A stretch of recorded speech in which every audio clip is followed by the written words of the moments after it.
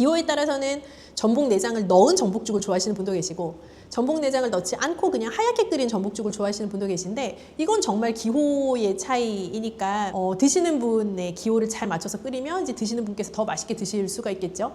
안녕하세요. 영양학 박사 그레이스입니다. 그 전복 영양 음식으로 너무 잘 알려 있는데 구체적으로 전복에 어떤 효능이 있는지 그런 거 좀 알고 싶어요. 진짜 전복만큼 사실 보양 재료로 여겨지는 게 더 있을까요? 되게 많은 보양 재료가 있지만 아마 앙케이트 하면은 탑3에 드는 것 중에 하나 아닐까 싶어요. 전복. 우리나라 사람들의 머릿속에 굉장한 보양 재료로 인지가 되어 있고 전복 자체는 사실은 바다에서 나는 재료이긴 한데 거의 땅에서 나는 삼이랑 비슷하다라고 할 만큼 아주 추앙받는 보양 재료죠. 근데 그도 약간 그럴만한 게 단백질 함량이 높은 재료인데 지방 함량은 굉장히 낮고 맛 자체가 일단 고급스러운 고소함이 있잖아요.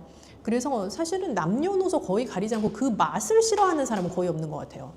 그렇다 보니 맛이 좋아야 뭘 먹고 효과도 있을 거잖아요.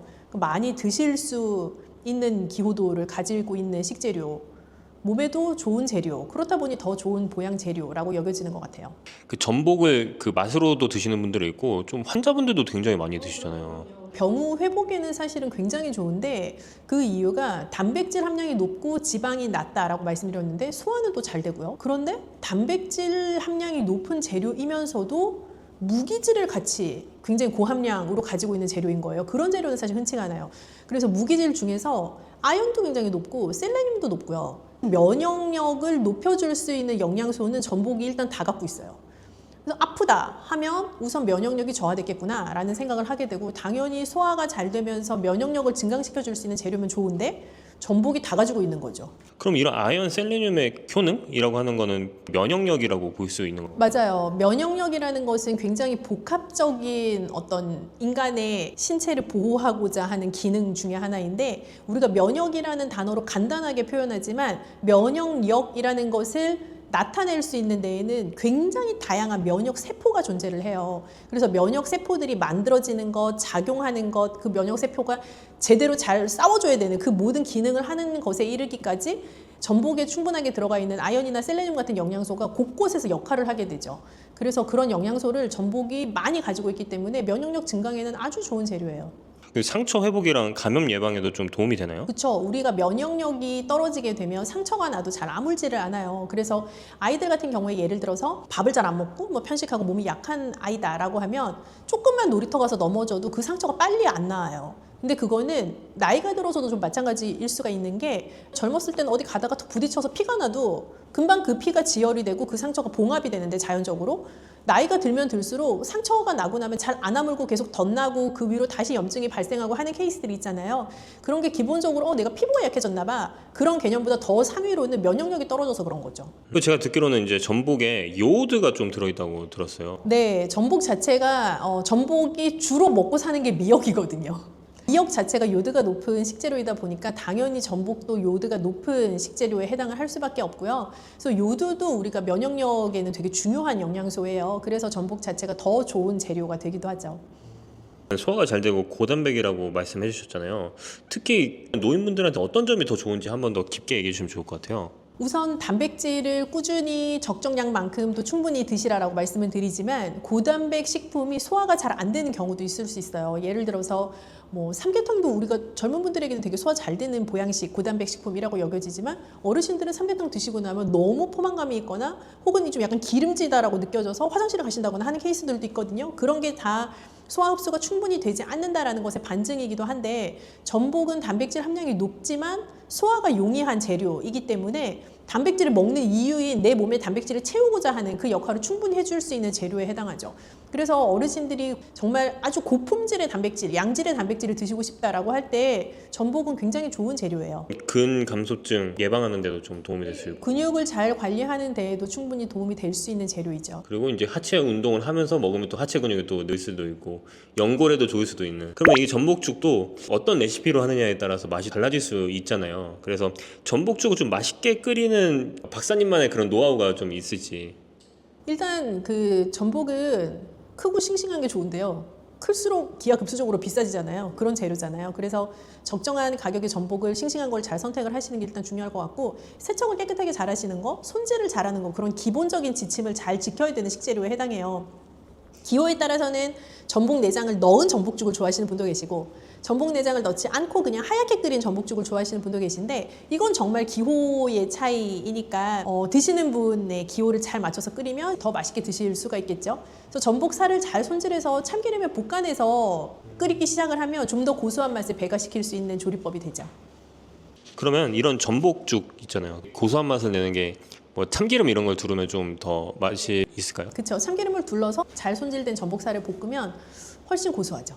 전복죽 먹을 때 하루 적정 섭취량이나 좀 주의할 점이 있는지. 전복이 면역력 증강에도 좋고 몸에 좋다고 하니까 그러면 또 굉장한 양의 전복을 생각하실 수 있는데, 하루 한 개 정도 전복이면 되게 충분한 양이라고 생각이 들어요. 특히 너무 많은 단백질을 먹는다고 해서 그 단백질이 내 몸에 다 흡수되는 것은 아니기 때문에, 뭐 많이 드셔도 전복 2개 드신다고 1개 드신 거에 2배 효과가 나는 건 아니거든요. 그래서 하루 1개 정도 양이면 사실 충분하다고 생각합니다. 그러니까 알레르기 있는 분들은 좀 어떻게 할까요? 알러지 있는 분들은 당연히 피하셔야 하는데, 알러지 강도에 따라 좀 다를 것 같아요. 왜냐하면 어패류, 조개류 알러지가 있으시다고 해도 전복에 알러지가 반드시 있지 않으실 수도 있어요. 그래서 조금씩 다른 방법으로 소량씩 시도해 보시고, 양을 적게 먹으니까 괜찮아? 그럼 조금 양을 늘려보시고 애들 이유식 하시듯이 그런 방법으로 접근을 하시면 또 좋을 것 같아요. 저희 구독자분들 신장에 굉장히 관심이 많으신데, 이런 전복죽을 신장에도 건강하게 하려면 어떻게 하면 좋을까요? 전복이 이제 고단백 식품이다 보니까, 또 다시 돌아가자면 단백질을 너무 과량 먹지 않는다, 한 번에 너무 많이 먹지 않는다, 이 2가지 원칙을 지켜야 되는 재료에 해당을 해요. 그래서 너무 많은 단백질을 드시지 않도록 주의를 하시면 좋겠고, 요드도 높은 식재료이다 보니까 신장에도 사실 살짝 무리가 갈 수가 있어요. 그래서 너무 많은 전복을 한 번에 먹지 않겠다라고 생각하시면 뭐 기력 회복하시고 입맛을 돋우는 데는 굉장히 좋은 메뉴가 됩니다. 네, 그리고 근육 보강에도 좀 도움이 되고, 확실히 면역력 자체가 좋아지니까 이렇게 소량으로 시도해보는 것도 되게 좋은 것 같습니다. 좀 프리미엄 중에 프리미엄 죽을 좀 네. 전복죽이잖아요. 전복죽 어떻게 하면 맛있게 먹을 수 있을까요? 우선은 많이 많이 많이 넣어야 넣으면 됩니다. 되나요? 네네. 아, 제일 좋은 재료를 많이. 네. 질 좋은 재료 많이. 셰프님 같은 경우는 어떤 재료를 쓰시나요? 이런 하실 때? 전복죽이잖아요. 저는 네. 전복죽 생각하면서 음. 죽을 좀 리서치를 해봤거든요. 네. 뭐 서울에 땡뜰까 전복죽인데 전복이 별로 없어요. 전복죽은 좀 비싼 죽이잖아요. 근데 거기라도 올리고 전복을 더 넣지. 약간 그런 피드백들이 있는 거예요. 그래서 저는 생각해, 그러면 전복을 많이 주고 가격을 조금 올리자. 너무 비싸면 안 되니? 그럼 남는 게 있을까요? 그래서 이제 직거래나 뭐 그런 것들도 있으니까, 그래서 네. 이제 좀 많이 찾아봤죠. 완도에서 대전복들도 생각보다 싸더라고요. 이 꿀팁이네요, 이거. 네, 구독자분. 그래서 요 조그만 전복들 있잖아요. 근데 여기는 2만 원. 그래서 이제 큰 전복들이 더 맛있잖아요, 원래는. 네. 그래서 그런 것들을 사용하고 있고, 그리고 이제 그 전복 내장도 잘 손질을 해서 소스처럼 만들어서 쓰고 있습니다. 네. 그럼 오늘 준비하신 재료 한번 소개해 주시죠.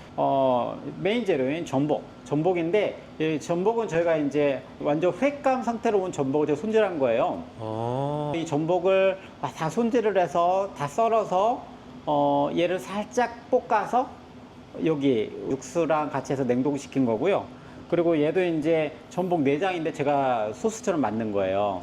그래서 이제 전복 내장도 다 손질을 해서 갈아서 그 육수랑 같이 소스를 만들어서 냉동시켜 놔서 이제 쓰고 있는 거고요. 네.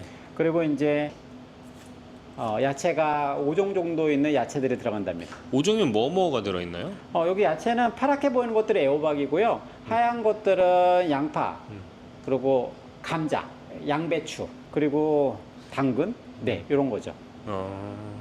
뭐 비쌀 때 있고 쌀 때 있기도 하잖아요. 그래서 우선은 저 시간 날 때 다 이렇게 썰어놔서 데친 다음에 냉동을 시켜 놓거든요. 고객님들도 뭐 보시는 그 시청자님들도 집에 이제 야채들 많잖아요. 야채들 집에 가지고 안 쓴다고 하면 냉동시켜 놨다가 나중에 죽 이렇게 해 드시면 좋을 것 같습니다. 네. 이 준비가 다 끝나신 건가요? 네, 맞습니다. 이렇게만 준비해 놓으시면 전복이 손질하는 게 좀 시간이 오래 걸려요. 그러다 보니 이제 보이지만 복잡하죠. 그러니까요. 이거 만들기 쉽지 않을 것 같은데요. 네, 이 그렇죠. 손질한 거. 네. 한번 보여주시죠. 네, 우선은 이 육수를 이제 한 컵 반 정도 분량으로 붓게 됩니다. 그리고 야채는 반 컵 정도. 반 컵. 이 죽밥은 아까 육수처럼 한 컵 반 정도 분량으로 밥을 넣어주시면 되고요.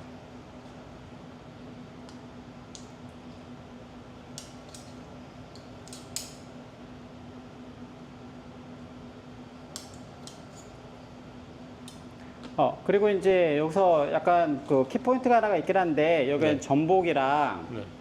전복 내장이 있잖아요. 네. 근데 얘를 지금 이게 거거든요. 그래서 얘가 지금 덩어리로 되어 있지만 좀 이따 끓으면서 이게 쭉 전복 내장 색감이 나올 거예요. 근데 이건 맨 나중에입니다. 아까 부추 얘는 정말 하루도 먹을 수 있는 상태예요. 네. 근데 모든 것들이 너무 투머치 끓이게 되면 약간 질겨져요.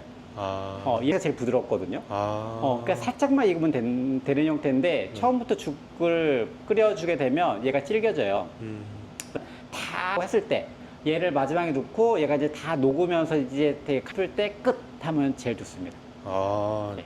그럼 다 가열됐다고 했을 때면은 한 80% 정도 됐을 때. 네, 맞습니다. 정도인가요? 맞습니다. 네네. 불은 어느 정도로 하나요? 불은 집에서 하면 약 사이로 그냥 은근하게 끓여주시는 게 제일 좋을 것 같습니다. 그럼 이걸 지금 바로 끓이기만 하면 바로 시작이에요? 네, 맞습니다. 그러면 나중에 이제 그 전복 내장 색깔이 나오면서 예쁜 전복죽이 되죠. 오늘 얘기를 다 들었는데 네. 이건 진짜 쉽지 않을 것 같아요. 이거는 진짜 이건 그런가요? 일반인이 하기 쉽지 않을 것 같고 네. 그냥 다지는 부분에서 네. 그런 건데 근데 뭐 그 세트 같은 게 있으면 또 할 수도 있겠지만 네. 근데 이거를 그래 따라해 보시는 분들이 있을 것 같거든요. 이 네, 네, 레시피를. 네, 네. 근데 이 따라해 보지만 그 맛이 안 날 수도 있는 거죠. 오리지널의 그럴 수 있죠. 셰프의 맛이 안 날 수도 네, 있는 네. 거잖아요. 이럴 때는 또 오리지널 맛을 또 먹어봐야지 진짜를 만들 수 있으니까 네, 네. 여기 한번 와보시는 게 좋을 것 같아요. 네네. 한번 오세요. 여기 혹시 어디에 있나요? 저희는 지금 강원도 원주에 있고요. 네. 네, 위치하고 있습니다. 혁신도시. 네. 그럼 여기 죽집 이름이 혹시 태평죽이라고 합니다. 태평성대 할 때 태평. 맞습니다. 네. 태평죽. 네. 여기 배민으로도 시킬 수가 있나요? 여기? 네, 배민도 되고요. 당연히 쿠팡이츠 주문도 되기도 하고요. 네. 밑에 있으면 그 포장 주문도 되기도 하고 여기 직접 오셔서 매장 크니까요. 오셔가지고 제가 직접 만든 죽을 드셔도 됩니다. 네, 좋습니다. 그러면 한번 기대해 보겠습니다. 어떤 네. 맛일지. 안녕하세요. 영양학 박사 그레이스입니다. 바지락 같은 조개류가 건강식으로 여겨지는 이유가 있을까요? 칼로리가 낮은 거 대비해서 영양소 배합이 아주 훌륭해요. 칼로리는 낮은데 단백질은 높고 비타민, 미네랄도 많이 들었으면서 뭐 피로회복 이런 거에 아주 좋은 타우린이 가득 들어있는 그런 재료죠. 숙취에도 예를 들어 해산물로 끓인 무언가를 드시고 싶어 하시는 분들이 계시잖아요. 그런 게 먹고 나면 왠지 내가 좀 씻겨 내려가는 느낌이 들고 내 간이 좀 회복되는 느낌이 들고 사실 조개류들이 가지고 있는 타우린 성분에서부터 느끼는 우리의 감각일 수도 있죠. 방금 이제 그 바지락에 단백질이 많아서 좋다라고 말씀드렸는데 바지락 속에 있는 그런 단백질에 대해서 좀 더 깊게 얘기해 주실 수 있을까요? 고단백 식품이라고 하면 일반적으로는 칼로리가 좀 같이 높기가 쉽거든요. 그런데 조개류들은 단백질 함량이 높은 것에 비해서는 칼로리가 좀 낮은 편이고 동시에 단백질 함량이 높은 것만큼이나 아연도 굉장히 많이 들어있고요. 아연이요? 네, 우리가 굴도 아연이 많고 조개류도 아연이 좀 풍부하게 들어가 있는 식재료이기도 하고요. 비타민 B군도 굉장히 많이 들어가 있어요. 그래서 비타민 B군이 에너지 대사를 할 때 반드시 필수적인 비타민이거든요. 비타민 B군이 많은 재료이면서 단백질 함량도 높고 하다 보니 내 몸에 좀 원기를 북돋아 줄 수 있는 역할을 자연적으로 많이 할 수밖에 없는 영양소의 배합을 가지고 있죠. 그런데다가 칼로리도 낮으니까 뭐 일석이조죠 뭐. 저희 같은 경우는 바지락 칼국수 막 이렇게 먹잖아요. 그게 문제죠. 그런 칼국수 때문에 살이 더 찌고 더 그렇게 안 좋아질 수 있는 거죠. 칼국수는 아무래도 보통은 이제 정제된 밀가루로 만드는 거의 100% 탄수화물이죠. 바지락에 좋은 영양소가 많은데 네. 아까 칼국수로 먹으면은 몸에 안 좋다고 했잖아요. 그럼 몸에 좋게 먹을 수 있는 방법이 있을까요? 바지락 자체를 사실 내가 양껏 먹어서 배부르게 먹어야지 하면 진짜 많이 드셔야 될걸요. 바지락 알 개수로 따지면. 그렇죠. 그런데 그렇게 많은 바지락을 또 과량 드시는 거는 또 우리가 늘 바람직하지 않잖아요. 그래서 같이 밸런스를 맞출 수 있는 재료들을 잘 조리해서 드시면 좋은데 바지락 칼국수도 뭐 물론 좋아요. 그런데 그거보다는 채소를 좀 더 많이 먹을 수 있는 방법, 그리고 좀 더 부드럽게 내가 소화 잘 될 수 있는 형태로 조리된 음식이라고 하면 저는 바지락이랑 다양한 야채를 넣어서 같이 끓인 죽도 추천드리고 싶어요. 아, 바지락이랑 끓여서 먹는 죽이요? 네네. 조개탕 같은 것도 많이 드시잖아요. 그런 것처럼 우리가 조개를 이용한 국물 요리는 우리 밥상에서 뭐 흔하게 먹을 수 있는 메뉴일 수도 있는데요. 그렇게 생각하시면 바지락이 들어가 있는 죽이라는 것도 아주 생소하진 않으실 거예요. 그래서 바지락과 다양한 채소를 준비를 하시고 바지락 육수를 내는 것처럼 준비를 하셨다가 거기에다가 채소 넣고 또 불린 쌀도 넣고 해서 끓이고 마지막에 바지락 알도 좀 넣어가지고 바지락 맛도 느낄 수 있고 그런 메뉴죠. 야채랑 같이 먹으면은 야채에 있는 좋은 성분이랑 바지락에 있는 좋은 성분 같이 만나서 시너지가 엄청 날 것 같아요. 아무래도 다양한 재료를 골고루 먹을 수 있는 방법이기도 하고 또 조개류 자체는 알러지가 있으신 분이 아닌 이상은 굉장히 소화 흡수가 좋은 재료거든요. 그래서 어르신들께도 추천드릴 만한 방법이기도 해요. 그럼 아까 말씀드렸던 바지락에 들어있는 철분, 아연, 비타민 B 이런 것들이 다른 어패류에 비해서 더 많은 편인가요? 아니면 어패류 중에 하나인 건가요? 조개류들은 다 비슷하다고 봐주셔도 될 것 같고요. 다만 바지락은 좀 더 손쉽게 구할 수 있는 조개류에 해당하기 때문에 식재료가 아무리 몸에 좋아도 너무 귀하거나 너무 비싸서 자주 먹을 수 없으면 또 그 효과를 누릴 수는 없잖아요. 근데 바지락은 적정한 가격선과 우리가 손쉽게 구할 수 있다는 뭐 편의성도 분명히 있고 또 해감의 과정도 다른 조개류보다는 가정에서 하시기가 좀 수월하기도 하고 마트 어디를 가나 쉽게 구할 수 있는 조개류에 해당하니까 그런 면에서는 뭐 영양소 밸런스가 특별히 바지락이 더 우수해요 보다는 내가 언제든 적용할 수 있는 재료라는 면에서 높은 점수를 주고 싶죠. 더 많이 자주 먹을 수 있는 네, 맞아요. 재료라는 것에. 그럼 면역력이나 제가 알기로는 뭐 뇌에도 좀 좋다고 들었었거든요. 네네. 일단 아연 하면 떠오르는 단어가 면역이어도 뭐 정말 무리가 아닐 만큼 아연 자체는 나의 면역력을 유지하거나 증강시키는 데 있어서 굉장히 중요한 역할을 하는 영양소예요. 그래서 바다에서 나는 것들에 이제 아연이 많은 경우도 있는데 그 대표적인 게 굴이고요. 굴 친구에 해당하는 바지락도 아연이 높죠. 그래서 아연이 풍부한 식재료는 이제 면역력을 증강시키는 데 도움이 많이 되기도 하고 그 바지락에 들어가 있는 다른 비타민 B군 같은 경우는 내 어떤 신경의 에너지가 공급되는 데 있어서 중요한 역할을 하는 영양소이기 때문에 바지락 자체가 가지고 있는 여러 영양학적인 또 건강적인 이점들이 있는 거죠. 바지락 야채죽 무슨 맛일지 너무 궁금한데요. 끓일 때 조개류, 해산물만의 그런 비린내가 날 수가 있잖아요. 네네네네. 비린내가 안 나면서도 맛있게 끓여 먹을 수 있는 방법이 있을까요? 그 예전에 우리가 조개를 보면 조개가 입을 다물고 있다가 익으면 입을 연단 말이에요. 그럼 어르신들이 말씀하시기를 입 열면 바로 먹으라 라고 말씀을 하셨는데 그렇게 네. 말씀하신 이유가 저 익었어요 할 때가 가장 연하고 맛있기 때문에 그렇거든요. 그런데 죽이라는 요리 자체는 물에다가 넣고 재료를 오래 끓이는 특성이 있는 조리법이잖아요. 네. 그래서 바지락 야채죽을 까딱 잘못하면 이 바지락이 들어는 갔는데 너무 질겨서 맛이 없는 경우가 있어요. 그래서 그렇게 조리를 하는 거를 피하려면 바지락을 가지고 육수를 충분히 내고 바지락 살은 건져내고 거기에다가 쌀과 야채를 넣어서 죽을 야채죽 끓이듯이 끓이신 다음에 마지막에 발라낸 바지락 살을 넣어서 완성하시면 좀 더 부드럽고 쫄깃한 바지락도 먹을 수 있고 바지락의 영양 성분도 다 먹을 수 있는 그런 죽이 되는 거죠. 마지막에 약간 곁들이는 느낌으로 이렇게 네, 올라간다고. 육수를 낼 때 쓰시고 마지막에 다시 넣는다라고 생각하시면 가장 맞는 방법인 것 같아요. 조개류 먹을 때 알레르기나 통풍 같은 질환이 있는 분들이 좀 주의해야 될 것 같아요. 일단 어패류 알러지가 있는 분들은 보통 아시잖아요. 드시면 안 되는 재료에 해당을 하는 거고요. 바지락 자체에는 퓨린 함량이 높아요. 그래서 통풍이 있으신 분들도 조금 주의하셔야 되는 재료에 해당하기는 합니다. 그래서 하루에 만약에 내가 뭐 정량으로 생각하면 한 70g, 70g 정도가 바지락을 섭취하기에 적정한 양이라고 생각하고 죽을 끓인다라고 생각하면 이렇게 넉넉한 양으로 한 그릇 정도에 들어가는 바지락에 해당할 것 같아요. 그래서 하루에 한 그릇 정도의 바지락 야채죽을 또 안전하게 섭취할 수 있는 선이다라고 봐주시면 될 것 같아요. 신장에 관심 있는 분들한테 바지락 야채죽 어떻게 먹으면 좋다 얘기를 해주시면 좋을 것 같아요. 모든 야채에 있어서 제가 거듭 반복해서 말씀드리지만 일단 칼륨의 함량을 조금 제한을 하실 필요가 있다면 데쳐낸 야채 혹은 한번 끓여낸 야채 아니면 최소한 물에 담궈 놓은 야채를 이용을 하셔서 조리를 하시라라는 말씀을 다시 강조를 드리고 싶고, 바지락 자체도 단백질이 높은 재료이니까 아무리 몸에 좋다고 해도 한 번에 너무 많은 양을 드시지 않도록 조심하시는 게 좋을 것 같아요. 아, 네. 오늘 바지락 야채죽을 보여주신다고. 네, 맞습니다. 바지락 야채죽 한 번도 먹어본 적이 없거든요. 근데 왠지 맛이 기대가 되는 것 같아요. 여기도 약간의 부추가 들어가서 감칠맛도 바지락과 어떤 바다 향기가 나기도 하고 편안한 맛도 있기도 합니다. 그러면은 어떤 재료가 들어가는지 한번 보여줄 수 있을까요? 네, 우선은 저희가 죽밥이라는 재료가 들어가고요. 그리고 썰어놓은 부추, 음, 그리고 썰어놓은 야채들, 네. 그리고 얘는 저희가 이제 바지락을 다 한번 손질해서 약간 육수에 담가서 살짝 편하게 냉동시켜 놓은 바지락살입니다. 아, 바지락살 그거를 손질해서 하셨다는 거죠? 네, 바지락이 이제 그만 상하잖아요. 그렇기 때문에 저희가 이제 우선은 다 손질을 해서 한번 볶아서 육수에 담가서 냉동고에 보관한답니다. 이렇게.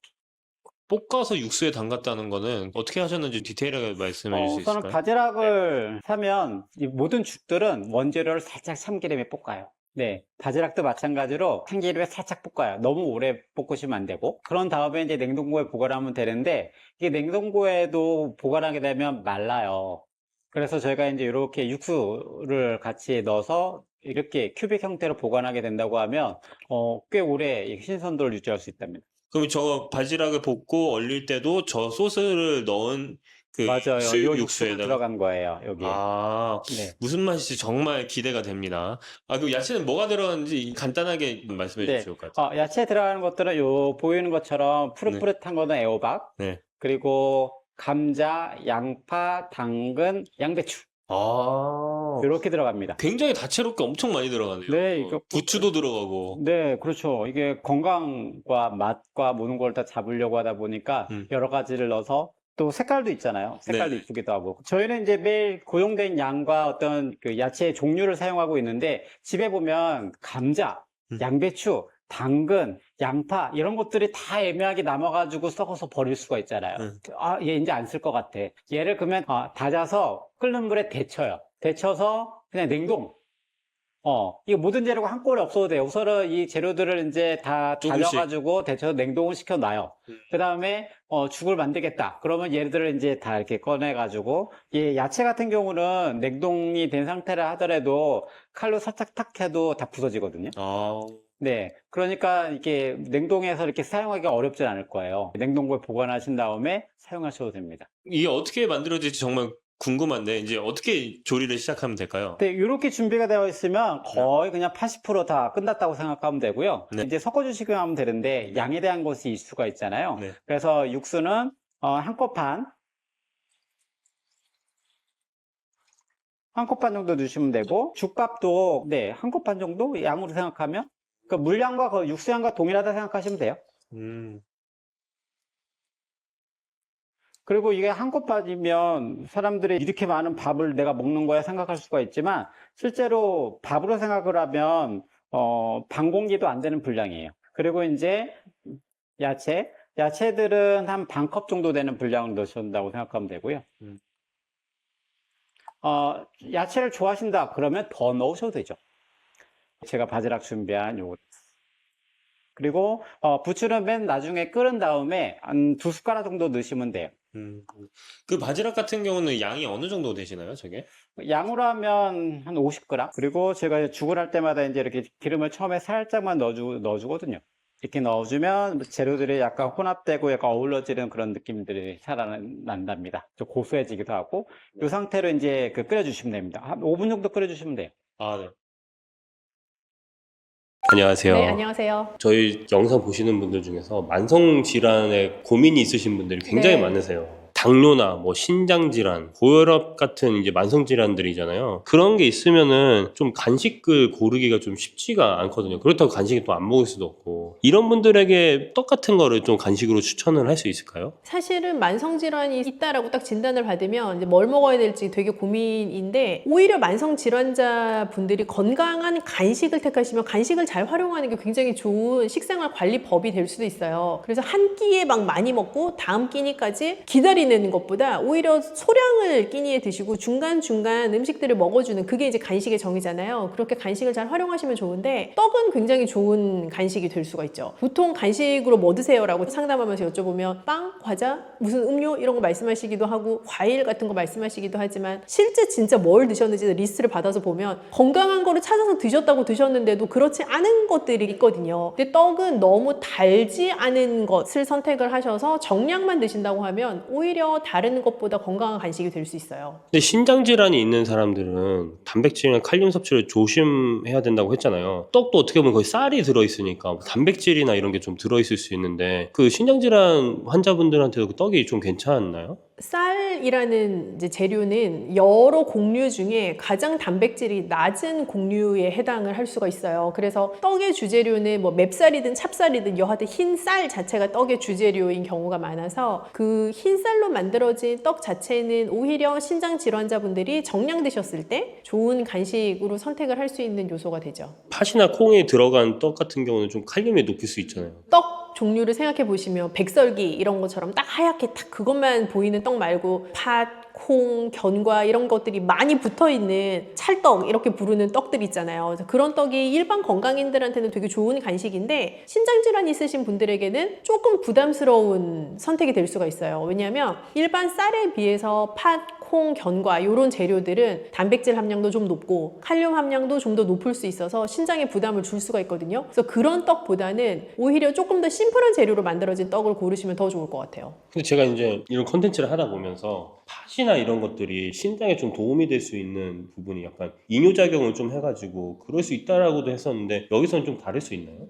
우리가 이뇨작용이라고 이제 얘기를 하면 소변을 배출하게끔 하는 작용을 더 촉진시킨다라는 개념으로 이해를 할 수가 있는데, 사실 우리나라의 여러 컨텐츠들이 키워드를 기반으로 내용을 띄울 때 이뇨작용은 붓기 제거, 다이어트, 뭐 체중 감량 요런 류의 키워드 안에서 이제 돌던 하나의 뭐 영양상의 이점이라고도 많이들 이해를 하고 계실 거예요. 그런데 이제 신장이라는 게 소변을 배출하는 기능이랑 연관이 있다 보니까 소변 자체를 많이 나오게 하면 신장 건강에 좋지 않을까라는 생각으로 자연스럽게 이어지실 수도 있을 것 같은데요. 이뇨작용을 촉진시키는 식재료 자체가 신장 건강에 반드시 도움이 된다고 볼 수는 없고요. 오히려 그 재료들이 가지고 있는 칼륨의 함량이 너무 높아서 과량으로 먹었을 경우에 내 신장에 좀 더 무리가 될 수 있는, 내가 생각하지 않았던 반대의 효과도 있을 수 있죠. 고혈압이 있는 분들한테는 떡이 괜찮을 수 있을까요? 고혈압 있는 분들이 가장 1번으로 조심하셔야 되는 영양소가, 관리해야 되는 게 이제 나트륨이라고 다들 알고 계시는데, 나트륨 함량이 높은 건 대부분 소금이 많이 들어가서 내 입에서 짠맛이 나거나 혹은 뭐 간장, 다른 뭐 케첩 이런 류의 다른 부가적인 양념류가 굉장히 많이 사용이 돼서 내 입맛에서는 뭐 아주 짜진 않아도 실제 음식이 가지고 있는 나트륨 함량이 높거나 이제 하는 그런 여러 가지 요인들이 있는데요. 떡 자체는 전통적인 조리법에 의해서 만들어진 떡이라면 사실 나트륨이 추가적으로 많이 들어가지 않아요. 그래서 나트륨 함량이 떡 자체가 높다라고 볼 수는 없어요. 실제 떡 먹고 아이고 짜서 못 먹겠다 이렇게 생각하시는 분은 안 계시잖아요. 그래서 그 떡 자체가 가지고 있는 나트륨 함량은 그렇게 높지 않기 때문에 고혈압 진단 받으신 분들에게도 정해진 양을 잘 지키실 수 있으면 떡은 좋은 간식이 될 수 있죠. 고혈압 분들한테 좀 권장하는 양이 있을까요?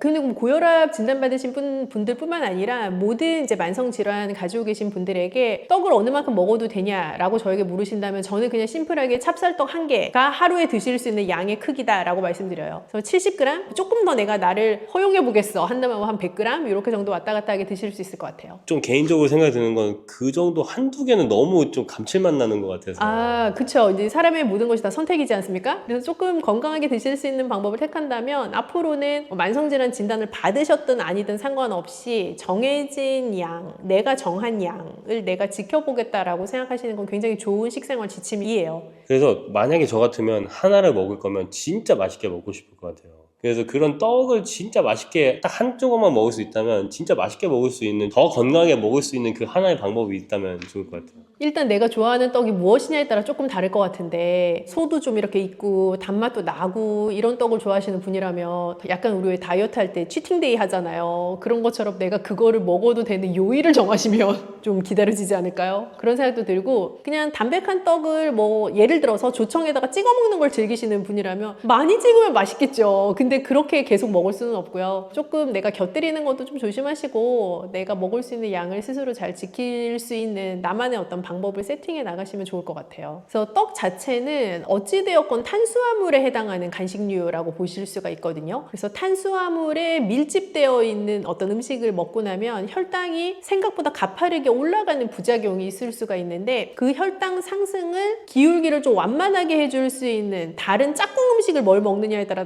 좀 달라질 수가 있어요. 그래서 떡 드실 때도 단백질 혹은 식이섬유가 많은 무언가 아니면 약간의 지방질이 있는 무언가를 같이 드시게 되면 혈당의 상승 속도를 그렇게 급격하게 올리지 않고 조금 완만하게 상승시켜주는 효과가 있죠. 그럼 마지막으로 냉동 보관을 하잖아요. 이런 떡들을 좀 맛있게 먹으려면 어떻게 하면 좋을까요? 떡을 이제 구매를 하시고 나면 대부분 실온에 두신 상태의 그 소비 기간 동안에 빠르게 드시거나 아니면 그 기간에는 못 드실 것 같으면 이제 냉동에 넣는 게 가장 떡을 잘 보관할 수 있는 방법인데 냉동에 넣어놓은 떡을 내가 다른 추가적인 조치 없이 해동만 한 상태에서 바로 먹으려고 그러면 그 떡의 쫀득한 식감도 없어지고 옛날에 보들보들 쫄깃쫄깃 이런 거 다 없어요. 그래서 그렇게 먹을 수는 없고요. 냉동된 떡 자체는 전자레인지에 가볍게 돌려주시거나 그때 물을 이렇게 조금 뿌려주시면 더 좋고요. 아니면 찜기에 살짝 다시 쪄서 드시면 원래의 떡의 본연의 맛을 좀 더 즐기실 수가 있죠. 네, 안녕하세요. 영양학 박사 그레이스입니다. 네, 박사님. 정말 박사님 인기가 많습니다. 감사하죠. 요즘 그 여름에 감기 걸리시는 분들이 굉장히 많더라고요. 너무 많아요. 너무 많아요. 네. 그래서 저는 제가 어렸을 때 그 감기 걸리면 그 할머니가 항상 잣죽을 끓여주셨거든요. 할머니 역시. 그 잣죽을 먹고 나면은 왠지 모르게 기력이 솟는 그런 느낌이 좀 나고 네네네. 그래요. 잣도 어떻게 보면은 그런 기력 회복하거나 이제 감기 걸린 분들한테 좀 좋은 음식인가요?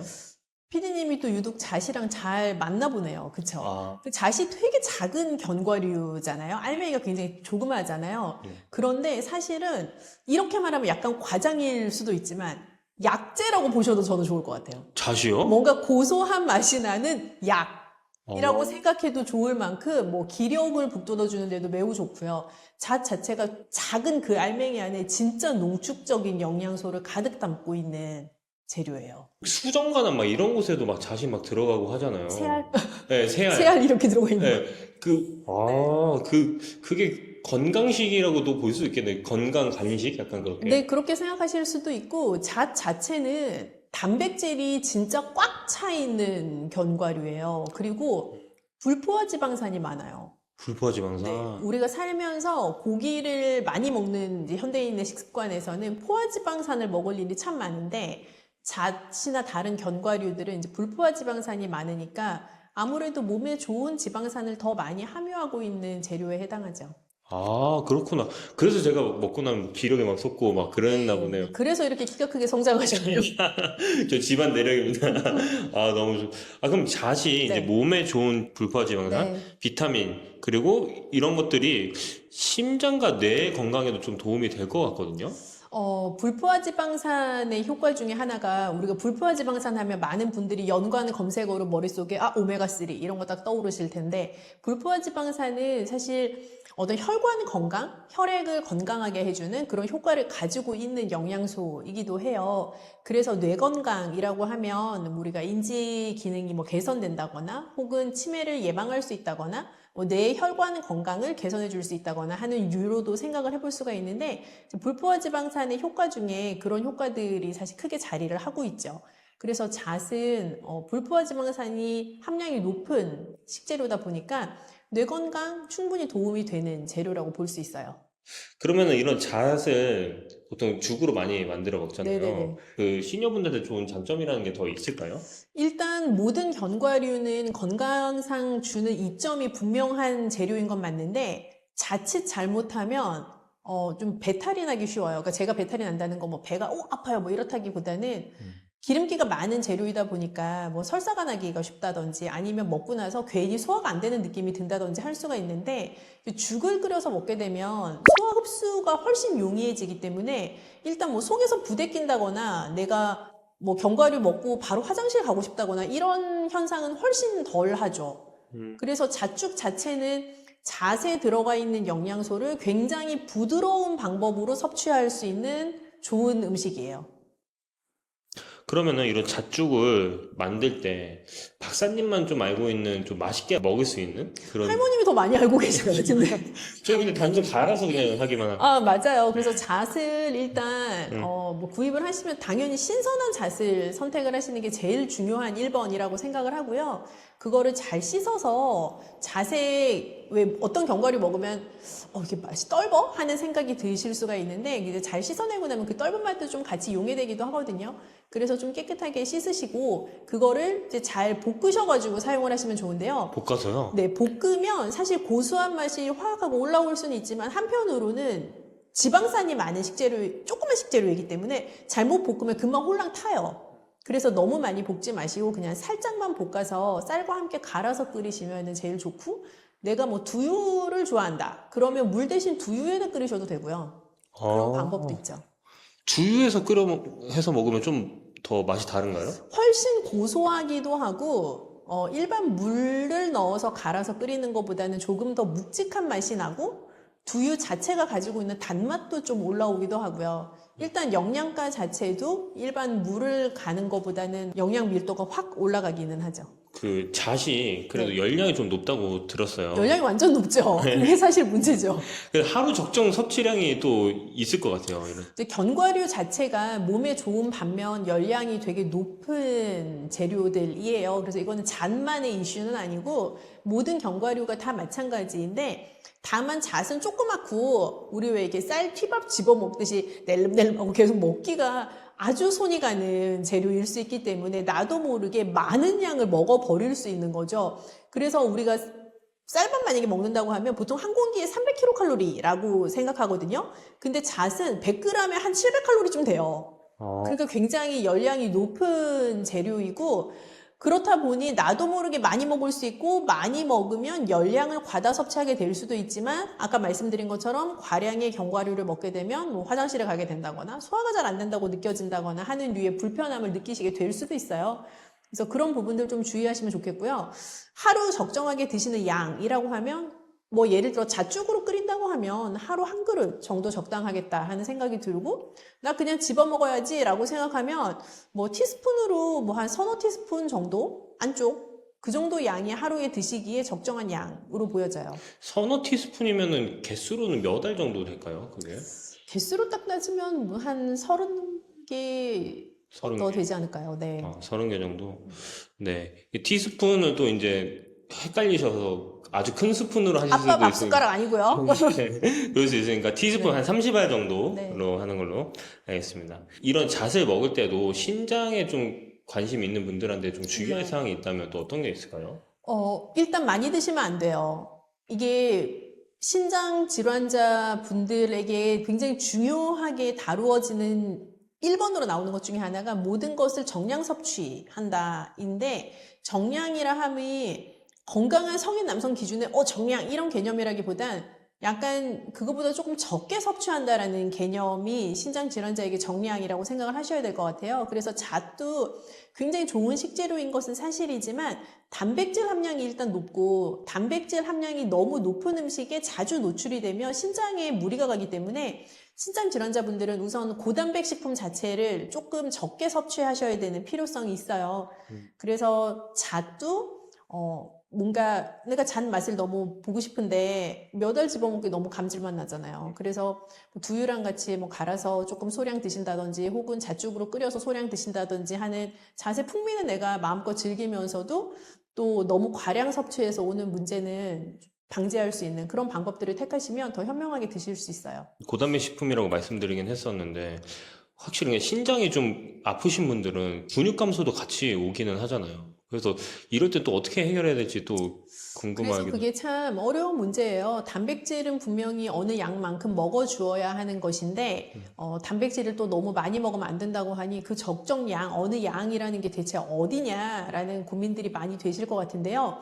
제가 다른 편들에서도 계속 설명을 드린 것처럼 나에게 필요한 단백질 양이라는 것을 정해놓고 그걸 하루에 3번이나 4번에 나누어 먹는 것이 굉장히 중요해요. 그래서 하루 한 끼에 하루에 필요한 모든 단백질 양을 다 먹는다라는 개념보다 양을 설정해 놓고 그거를 3 또는 4등분을 하셔서 하루에 쭉 나눠서 드시는 것이 제일 중요한 지침이라고 생각하시면 좋을 것 같아요. 오늘 잣죽을 좀 알려주신다고. 아, 그렇죠. 네. 네. 잣죽은 어떻게 보면은 뭐 잣을 넣고 밥 넣으면 끝이라고 저는 개인적으로 생각이 드는데, 네네네. 셰프님만의 좀 잣죽을 만드는 그런 특별한 노하우가 있을까요? 잣죽을 맛있게 끓이려고 저도 노력을 하다 보니 네. 원재료를 많이 넣거든요. 그러면 잣을 많이 넣게 되겠죠? 네. 잣이 근데 좀 비싼 원재료잖아요. 네. 가평 잣 하면은 이게 쿠팡 치시면 13만 원, 14만 원, 약간 파지 잣 같은 경우에도 11만 원 키로에. 너무 비싸잖아요. 네. 어쩔 수 없게 수입을 쓰게 되는데 수입 잣도 중국산 같은 경우가 7만 원, 6만 원 정도에 거래되거든요. 너무 비싸다. 네. 그렇다고 잣을 조금 넣게 되면 맛이 없잖아요. 네. 그래서 저희는 잣에다가 특별한 것을 더 넣어요. 그래서 특별한 거요? 네, 더 맛있게 하면서도 업장에서는 좀 가격을 좀 세이브할 수 있는. 가성비 있게 고객한테 제공할 수 있는 그런 재료가 있죠. 그게 어떤 건지 알려주실 수 있을까요? 그게 영업 비밀이에요. 아, 영업 비밀이요? 네. 아, 그러면은 저희 구독자들한테만 네. 살짝 이렇게 좀 그러면 기속말로 좀 말씀해 주실 수 있을까요? 조용히 얘기 드릴게요. 요게 잣이잖아요. 네. 이런? 그게 뭐예요? 이게 바로 그 캐슈넛이에요, 캐슈넛. 네, 캐슈넛 많이 드셔보셨죠? 견과류 많이 네. 있거든요. 네. 근데 이 캐슈넛을 저도 먹어보면, 뭐, 견과류도 여러 가지가 있거든요. 호두도 있고, 아몬드도 있고, 다양한 견과류들이 있잖아요. 그런데, 잣이랑 맛이 잘 안 어울려요. 그런데 이 캐슈넛 같은 경우가 불려서 뭔가를 갈아서 먹어도 고소함이 살아있기도 하고, 다른 이질감이 없고, 잣이랑 가장 어울리는 식재료 중에 하나입니다. 아, 그렇구나. 그러면 이거 비율은 어느 정도로 보통 하세요? 잣이랑 잣이랑 캐슈넛 같아요. 1대1 비율로 해요. 아, 네네. 그람수로 1대1로 가나요? 네네네네. 아, 그래서 잣죽 하나 하면 한 20g, 20g 정도? 여기 거는 혹시 또 어느 회사 제품을 쓰는지 또 알려주실 수 있을까요? 또 이게 또 영업 비밀인데, 그러면. 그러면 이렇게 하는 거 어떨까요? 네. 구독과 좋아요 누른 사람들한테만 알려주겠다. 그렇죠. 구독과 좋아요 눌러주신 분들한테 알려드립니다. 그러면 짜자잔. 짠. 뭔가요 이게? 다맘이라는 브랜드의 네. 캐슈넛 제품이에요. 와. 제가 여러 가지 캐슈넛 써보기로 했지만, 제일 프레시한 상태에서 뭐 쩐내 같은 거 안 나고 가격도 저렴하고, 그리고 배송도 잘 되는 곳입니다. 그래서 여기에 다맘이라는 곳에서 이렇게 잣도 나옵니다. 여기가 그래서- 다른 데에 비해서 좀 저렴한 편인가요? 전 항상 볼 때 가격만 보는 게 아니라 품질도 보는데 제가 원하는 품질의 가격이 저렴해요. 그래서 잣이나 이런 견과류들이 오래되면 약간 얘도 산패되고 있지만 얘네들은 완전 신선하고요. 그리고 저희는 이제 이 견과류를 냉동고에 보관하거든요. 그러다 보니까 이제 변화도 없고. 그래서 저는 잘 쓰고 있습니다. 네. 잣죽은 정말 간단합니다. 이 물을 한 3분의 2컵. 3분의 2컵. 되게 조금 넣네요? 아니, 한 컵 정도 해야 될 것 같아요. 한 컵도 되게 적은 것 같은데요. 네. 왜냐면 잣과 캐슈넛 갈 때 물이 들어가요. 얼마나 들어가나요? 한 컵 정도 들어갈걸요? 그러면은 이거 맞는데 한 2컵 정도 들어간다고 네, 볼 수 맞아요, 있겠네요. 맞아요. 얘는 처음부터 저는 그냥 쉽게 그냥 여기다 그냥 다 이렇게 넣어주세요. 그리고 고소한 냄새가 여기까지 나는데요? 네. 아까우니까. 디테일이 있네요. 이거 아까우니까 물로 이렇게 해가지고. 네, 이게 다 비싼 잣과 캐슈넛이잖아요. 그쵸. 네, 그래서 얘가 넣고, 그리고 여기에다가 그냥 듬뿍 한 공기 반 정도 분량에 이렇게 해주고 이제 끓여주시면 됩니다. 간을 살짝 얘기를 안 했었는데, 이 정도 분량에는 소금이 한 2g 정도 되긴 하는데, 한 2꼬집 정도 생각하시면 돼요. 2꼬집 정도. 네네. 요는 아까 제가 다 여기 캐슈넛 간 거에 소금 다 넣었기 때문에 바로 끓이도록 하겠습니다. 근데 이런 갈아 놓은 거 있잖아요. 네. 갈아 놓은 애들을 미리 해놓고 싶어 하는 경우도 있을 것 같은데. 네. 그러면은 이럴 때는 냉동실에 보관하는 게 맞아요. 모든 제품들은 다 보통 전 처리를 해서 냉동고에 보관하시면 돼요. 왜냐면 이게 냉동을 해서 이 제품들이 약간 품질이 달라지는 게 뭐냐면, 야채 같은 경우 냉동을 하잖아요. 그러면 그 결들이 있는데 얘가 해동이 되면 이게 깨지면서 뭉그러지거든요. 근데 죽은 이게 뭉그러져야 된단 말이죠. 그러니까 냉동을 한다고 해서 죽의 품질에 전혀 이상이 없어요. 그게 또 죽의 장점이 될 수 있겠네요. 네, 그러니까 저희는 이제 미리 시간이 날 때 저희가 작업하기 편하게 냉동을 해놓거나, 저희가 업종이다 보니까 계속 뭔가를 재료를 준비를 해놔야 되거든요. 그러니까 집에서도 마찬가지일 것 같아요. 집에서도 잣이나 뭔가 다른 원재료들을 소분해 놨다가 나중에 죽을 매일 먹을 수는 없잖아요. 그러니까 먹고 싶을 때 얘를 꺼내가지고 푹 끓여 드시면 되게 간단하죠. 네, 감사합니다. 네. 이래놓고 이제 중불에 5분 정도 네, 해놓으면 그렇습니다. 네.